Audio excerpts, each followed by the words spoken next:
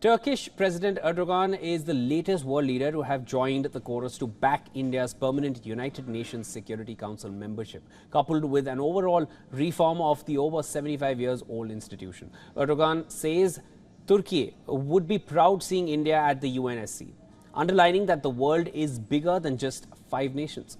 The Turkish president has also proposed that all United Nations members should get a permanent membership in rotation. Separately, US President Joe Biden reiterated Washington's support for India's permanent seat in the UNSC earlier on Friday as well. President Biden also called for UNSC reforms in the India-US joint statement released after his bilateral with PM Modi in New Delhi.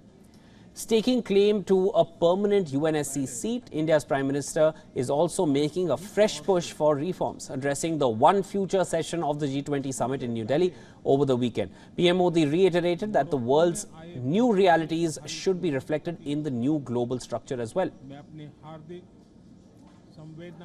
He also pointed out that despite the increase in United Nations member states over the decades, the number of permanent members in the UN Security Council has remained the same, making clear that those who don't change with times lose their relevance. India says its permanent seat at the UNSC is long overdue.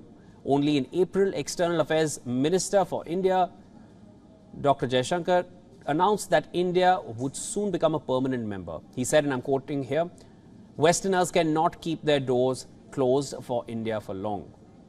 He further added that the UNSC will be compelled to provide permanent membership to India as the country continues to ascend as an economic superpower.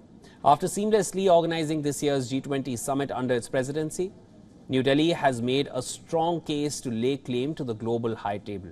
India has demonstrated its capability to lead the world with consensus. But why is India seeking a permanent UNSC seat?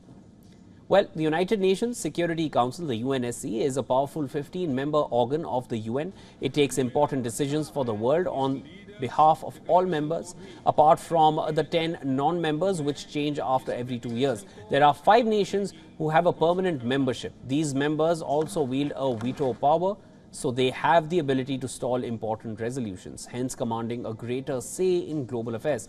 But there are serious issues with existing arrangements.